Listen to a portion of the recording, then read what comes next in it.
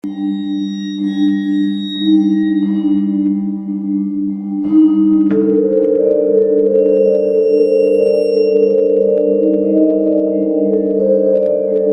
Monday, which means we are going to talk about Resident Evil yet again. At least once a week I like to do some kind of Resident Evil video, and this time we're taking a look at the bosses of the franchise, as Resident Evil has some of the most iconic boss fights in the entire video game industry. However, what I really want to focus on are those boss fights that really irritate the hell out of you. The ones that are so difficult and so painfully hard to get through because you keep dying and dying and dying again. Yeah, I want to focus on those boss fights. So my name is Ruben with Nerdspace, and here are the 10 hardest boss fights in Resident Evil. Also, side note, we are only going to be focusing on the mainline entries, so that means Revelations 1 and 2, Resident Evil 0, all the way through Resident Evil 8 Village, Code Veronica, and all of the remakes. So without further ado, let's get it.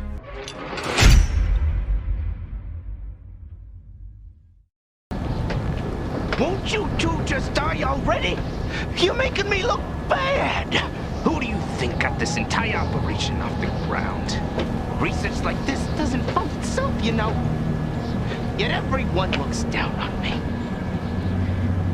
Number 10, the big bad, Irving. So I'm just going to start this one off by saying that probably my least favorite character in the entire Resident Evil franchise is probably Irving. Jeez, this guy annoys the hell out of me. Just his personality, his motivation, his character, everything about him annoys the hell out of me. But you know what really irks the hell out of me? His fucking boss fight.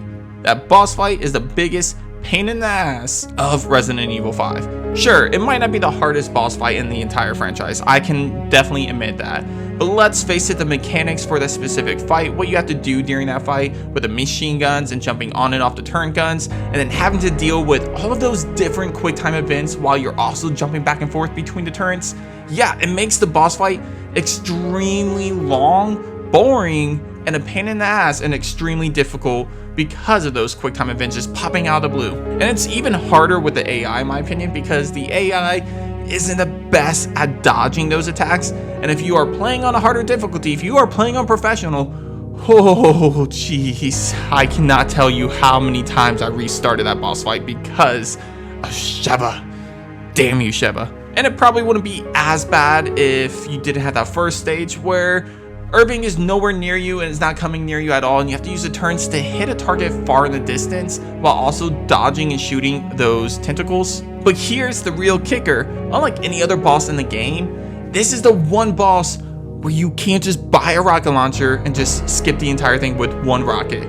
No, because Irving technically can take 2 rocket launcher hits. Because even if you shoot him with the first rocket launcher for that first portion, it only automatically puts him in that second stage. And then during that second stage, you have to make sure you hit the rocket on Irving itself when he pops out, looking like a Salazar wannabe.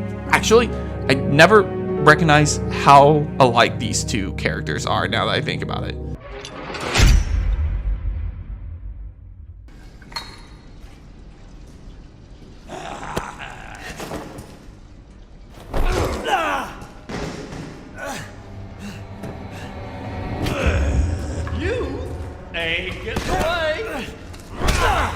Number 9, Jack Baker, Resident Evil 7. So Jack Baker is one of those stalker enemies, and honestly he's probably one of the ones that really made it popular as of recent history. So of course you come face to face with Jack Baker multiple times throughout Resident Evil 7. However, none are as difficult and as frustrating hard as his last encounter. Because not only do you come face to face with Jack Baker, you come face to face with something huge. Jack Baker has completely morphed into this unrecognizable monster, and the big issue here is that this monster is massive. And of course, he drags you into the boathouse, which, by the way, not so massive. So you have this giant creature that completely swallows the entire stage, basically, and you have to move around the small little areas that you have to work with, dodge his attacks, while also trying to take him out. But here's the kicker. Here's something even more interesting and difficult about him. You can only harm him by shooting his weak spots, which, by the way, are spread out all over our fancy, crazy Jack Baker. So now you have to dodge the attacks in a small area, go up and down the ladder to get to different parts of the boathouse. That way you can get a better shot at his weak spots, which are completely all over the place. Not to mention he is consistently moving, and it is really hard to get a clear shot at any of his weak spots. And yeah, try doing this on Madhouse difficulty. Such a fool, Mr. Kennedy. To have been bestowed with Lord Sadler's... You talk too much. It failed. You vulgar, utterly uncivilized mongrel. Number 8, Ramon Salazar in Resident Evil 4 and Resident Evil 4 Remake. So personally, I find him to be a little bit more difficult in the original. However, honestly, either appearance of Ramon Salazar as a boss is pretty difficult. As a matter of fact, he is probably the hardest boss in both the original and the remake of Resident Evil 4. And straight up, most players tend to spend their money on a rocket launcher to take out Salazar. Actually, even speedrunners tend to use the rocket launcher on Salazar himself because they feel like this is the best use of a rocket launcher. And it's mainly because of the bullet sponge that Salazar is, the insane and unpredictable movements of Salazar, and the very unique arsenal that Salazar has at his disposal, because he has so many different ways he can cause Leon harm that it's not even funny. I'm going to focus on the remake right now since that is the most recent encounter that us as players had with Salazar. But during that specific boss fight, Salazar starts by taunting you at the beginning. And after taunting you, he jumps all over from ceiling to floor to ceiling again to wall, and he moves extremely fast and extremely quick. And if you don't wait for the right moment, you can find yourself losing track of him and then ultimately getting shot by one of his black gooey projectiles. Yeah, it's hard to keep up with him. What makes him even more difficult is that he leaves little black goos, piles of stuff on the ground, so if you get near that and you run into it, it blows up and harms Leon. And as you get closer and closer to defeating him, he gets a little bit more aggressive. But if all else fails and you cannot beat Salazar no matter how many times you try, just go ahead, hold on to those golden eggs, bring them over to him, and just toss one or two of them at him, and that should end the fight almost instantly. That's not even a joke, actually. He really doesn't like eggs.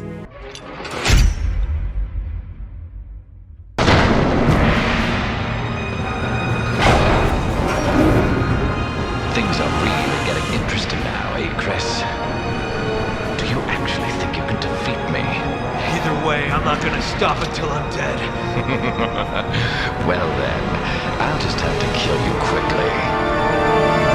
Number 7, Albert Wesker. So when I talk about Albert Wesker for this video, we're going to focus on the last encounter specifically with Albert Wesker, because you do encounter Wesker in boss fights multiple times, including a quick time event, a 2v2 match against Wesker and Jill, and even a battle with rocket launchers in the dark. However, the fight in the volcano is definitely the most difficult of all the Wesker fights. And there is so many reasons why. First off, leading up to this fight, you pretty much used every single type of bullet you've had at your disposal to get to this point, because you have to come across so many different enemies, including some Gatling gun enemies.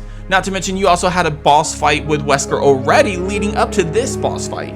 So your ammunition is pretty low and scarce at this point. But that's not really even the hardest part, because again, Wesker is Wesker. He's going to make it hard to kill the son of a bitch. So once you eventually do get Wesker to the center of the volcano where the final phase of the battle begins, you now have a small little stage to move around on and dodge Wesker's extremely long-range attacks in order to survive, while also doing damage to Wesker and hitting his weak spot, which, by the way, his weak spot until a specific point is on his back. So in order to cause damage to Wesker, you somehow have to get behind him. And now this wouldn't be too much of a problem if you are playing with a friend, because your partner could easily run behind him while you keep him distracted. Well, guess what? If you are playing this on single player mode, you are playing with an AI who doesn't understand strategy that well. So dealing with this boss fight with an AI is not the easiest thing to handle. Not to mention, if you or Sheva get too close to the lava and the side of the cliff, and Wesker gets one good hit on you, yeah, that's a one-hit KO, guys, you're out. So it's an extremely stressful situation, especially if you're playing this boss fight on your own, and if you're low on ammunition. yeah, it adds up and it's extremely hard to beat Wesker. Now, I will admit, the more times you face Wesker, the more times you play this boss fight, it gets easier and easier. Straight up, I'll completely admit that. However, that first time you encounter Wesker, when you get to this part of the game, yeah, it takes a couple tries. Emergency call number. Mayday. What the? Number 6, the Scagdead in the cafeteria. Resident Evil Revelations.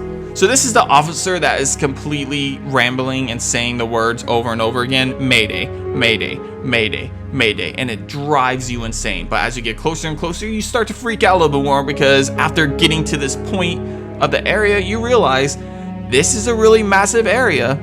Yeah, there's gonna be a boss fight. But because it is really early on in the game, you probably think, okay, this boss fight's probably gonna be pretty tame. It's gonna be relaxing. It's not gonna be too crazy or serious. You would be wrong, my friend, because this monster, for one, is completely disturbing to look at, but 2, is the biggest bullet sponge enemy I've ever seen in the Resident Evil franchise, and 3, has one of the hardest weak spots to hit. And the reason why it's so difficult to hit doesn't really pertain to the fact that it's small, because it's actually a decent sized weak spot. It's a little additional head, humanish body attached to the creature. But the problem is that the way it moves, the way it kind of flows around as it's running towards you, yeah, it makes it really hard to hit. And what makes it extremely hard to hit moves on to the third reason why this fight is so damn hard. It's because of its saw hand, because this monster has a one-hit KO with the saw hand. So if it gets too close to you, it kills you in one hit. So of course, when you see that big beluga whale type monster running towards you on the ship, and you see that saw hand and it's getting closer and closer, and you're trying to hit that small weak spot on it, yeah, you start to stress out, you start to get nervous, you start to freak out, and you start missing and wasting ammunition trying to kill this thing, which is extremely detrimental because, again, it's a bullet sponge monster already, so you're already spending a shit ton of ammunition on this. So if you're wasting ammunition because you're freaking out and you're panicking, oh, you're definitely not going to beat this thing. Oh, and let's throw in the fact that you also have other enemy variations being thrown at you, including shooting enemies as you're trying to battle this thing. Let me tell you, I don't think I've been this stressed this early on with a monster in Resident Evil before this. Next time, take the fucking hit! Number 5, Nemesis, Resident Evil 3 and Resident Evil 3 Remake. Okay, so I am kind of cheating here, and there's a reason for this. It's because I can't decide which encounter with Nemesis is harder. And maybe you guys can help me in the comments. Let me know which of these 2 encounters do you think should be the true number 5, and hell, whatever one I see more in the comments, I'll officially make the answer for number 5. But here's where I'm at. Nemesis is an extremely difficult boss because he completely keeps coming after you no matter what. You will see him time and time and time again, and it's very consistent, and he's extremely persistent throughout Resident Evil 3. However, there are 2 different encounters, one in each game, that makes Nemesis the ultimate boss and extremely hard to beat. So let's focus on the original game, Resident Evil 3 Nemesis first. And the encounter I'm going to choose with Nemesis in that game is the clock tower. I feel like he is the most aggressive and the most difficult to beat here, and he's completely in your face. And sure, you can make him a little bit easier by doing specific choices throughout the game so he doesn't have his rocket launcher, but even with that aside, he's still a pain in the ass to fight. As for the remake, this is probably the one I lean more towards because I feel like I've died more here than I did with any other Nemesis encounter. But that is the final phase fight against Nemesis, when he's that huge, massive glob of a monster. And he has all those tentacles, and you have to shoot these bubbles to weaken him. And then you have to push these battery things inside the wall. And then you have to go grab the railgun and take a shot at him. And you have to do that, I think, 2 official times to finally defeat him. And in my opinion, I find that to be so much more harder because trying to dodge his attacks is extremely difficult because it's hard to kind of read what kind of attacks he's doing, and getting the timing of those dodge mechanics with Jill is extremely hard in my opinion. Not to mention, if you get too close to Nemesis, especially Nightmare mode, he will automatically kill you. so you have to be careful not to do anything stupid. And in my opinion, I find that last encounter in the remake to be more difficult, but I'd love to know what you guys think in the comments, because I think they're both kind of equal for me. Do you think that the Clock Tower Nemesis in Resident Evil 3, the original game, is more difficult, or do you think the final fight against Nemesis in the remake is more difficult? Hit up the comments, let me know.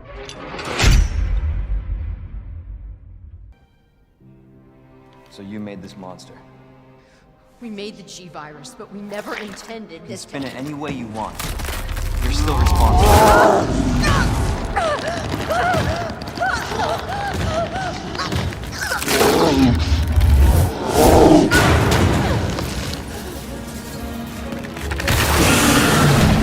Number 4, Stage 3 Birkin, Resident Evil 2 Remake. So Birkin is probably one of the most consistent when it comes to being difficult as a boss.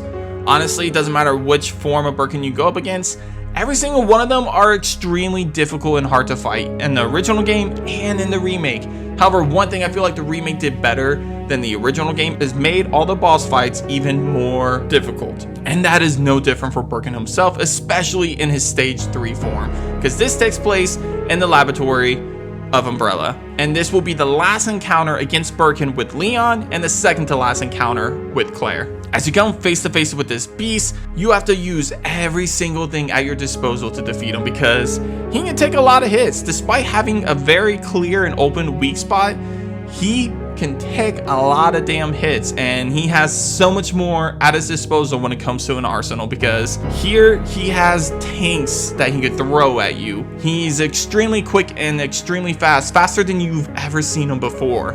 He has charge attacks. He has long range attacks. He has everything at his disposal, and it takes a lot of hits to take him down. But what makes him even more difficult is if you're going up against him as Leon, because you don't have the grenade launcher, which means your aim needs to be spot on, because if it's not, you're going to miss that weak spot. And let me tell you, every bullet counts for that weak spot. Now, what's really cool about this boss fight, other than it being extremely stressful and extremely difficult, yet extremely satisfying if you do manage to defeat him, is that you can actually see him get weaker and weaker just by looking at the eyes. His eyes get redder and redder and redder in his weak spot. So it's really cool to see him slowly change as you beat him more and more and more. But like I mentioned, this is kind of close to the end game, so you don't want to waste all of your ammunition, you don't want to waste all of your healing items on this fight, because you know you're going to have one last big fight against one other enemy depending on which playthrough you're doing.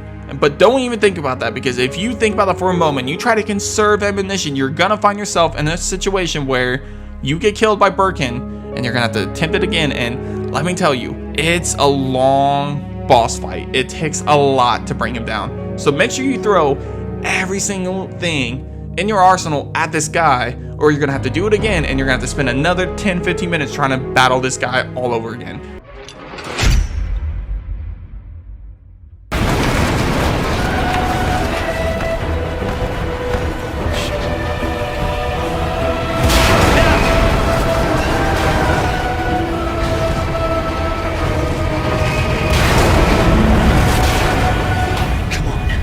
Number 3, Mr. X, aka Super Tyrant in Resident Evil 2 Remake. So all of that I just said about Birkin Stage 3, well, let me go ahead and one-up you real quick, because he's not the hardest boss in the entire game in my opinion. There is one other enemy that I feel like is even more difficult than Birkin himself, and that is Super Tyrant, aka Mr. X.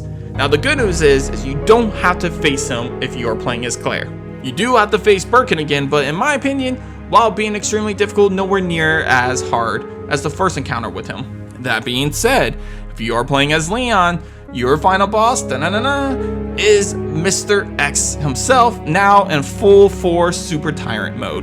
And this guy is no joke. He has so much at his disposal that it's not even funny dealing with him. First off, he has a charge attack to where he can get over to you immediately. But here, get this, he has a charge attack that is a one-hit KO. So if you are not careful, if you're not hitting his weak spot in time, or you're not able to get behind a debris of some sort to kind of get out of the way of that attack, you are killed instantly. And what makes this fight even more difficult is that it's on a very small playing field. You don't have much to move around. You don't have much area to move around with. And that makes this fight even more stressful, because you're consistently worried about this long range attacking, that you are stressing about that, and then you are trying to make sure you don't get hit by that one hit KO. Not to mention his weak spot's extremely small, and trying to hit that while he's also trying to do these charge attacks makes it extremely hard and adds a lot of stress, because during those charge attacks, you're trying to hit the weak spot so that way he doesn't get you with the charge attack. But if you miss and you cannot hit that weak spot in time, that charge attack hits you and it is game over, my friend. So you better be very, very careful when you aim. No pressure.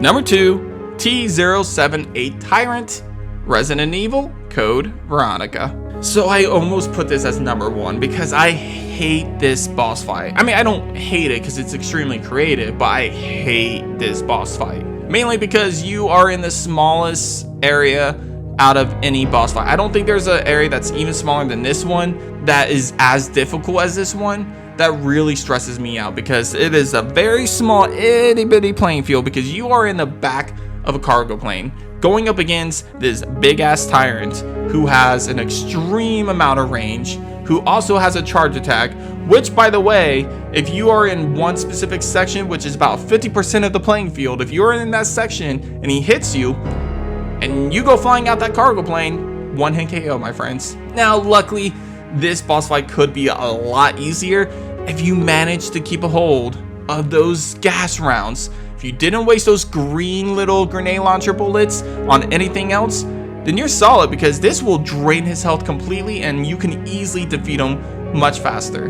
However, if you're like me and you see these really new, pretty, beautiful rounds that you want to try out on some other enemies, and you don't realize that there is an extremely hard boss fight coming up that would be extremely beneficial to use against him, then you wouldn't have them by the time you get to this boss fight.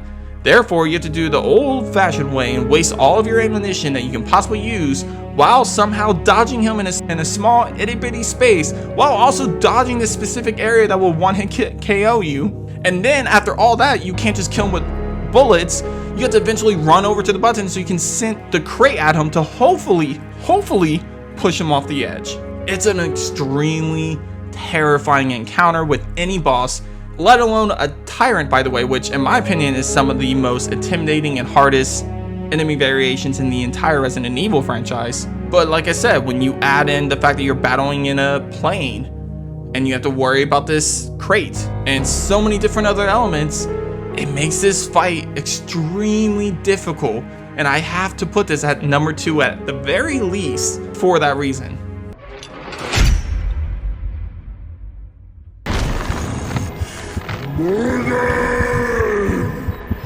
Norman, stop! Morgan isn't here! It's no use. He's gone over the edge.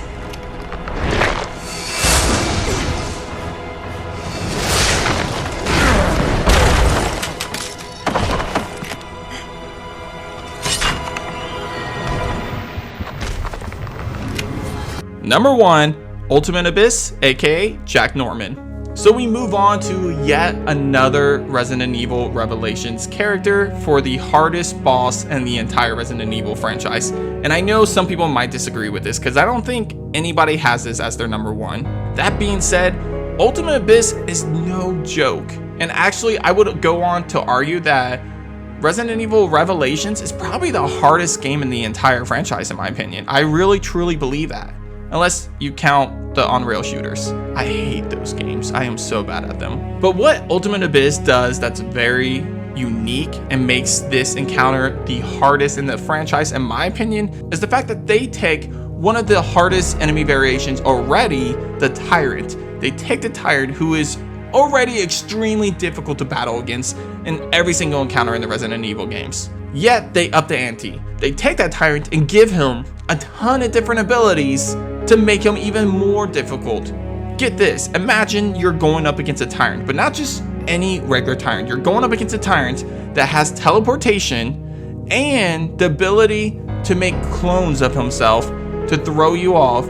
And the only way to dodge and stop these attacks that he comes at you with is to make sure you hit a small weak spot just in time, while also only having a small window to do so, because when he teleports to you and he has his clones around him, his weak spot will pop up just before he attacks, and you have to figure out which one is the real one by looking for that weak spot. And as soon as you see that weak spot, you better shoot that and hit that fast, because if you don't hit it quick enough, boom, he gets you with a strong, powerful attack that drains your health so fast. And you have to do this multiple times, and get this, it gets even more and more and more difficult as time goes on, because he gets more aggressive, he gets more abilities, and he makes things more difficult to solve. As a matter of fact, he has a charge ability that he already comes at you with, which isn't too hard to stop or dodge if you see it coming. However, a little bit later on in the fight, he does 2 fake clones to run his charge attack to throw you off,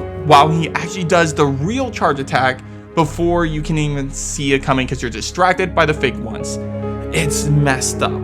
You should not have this much power. It's already bad enough to go up against a Tyrant, but to go up against a Tyrant that can teleport and clone himself, fuck that. But that's gonna do it for this episode of Nerd Space Games. Guys, hit up the comments and let me know which boss in the Resident Evil franchise is the hardest for you to beat. Again, I know I skipped out on a lot of Resident Evil games, like I know the Ivan twins are extremely difficult, and there's a lot of different boss fights that are extremely hard that I didn't put on this list. Maybe I'll do an additional list to this one, who knows?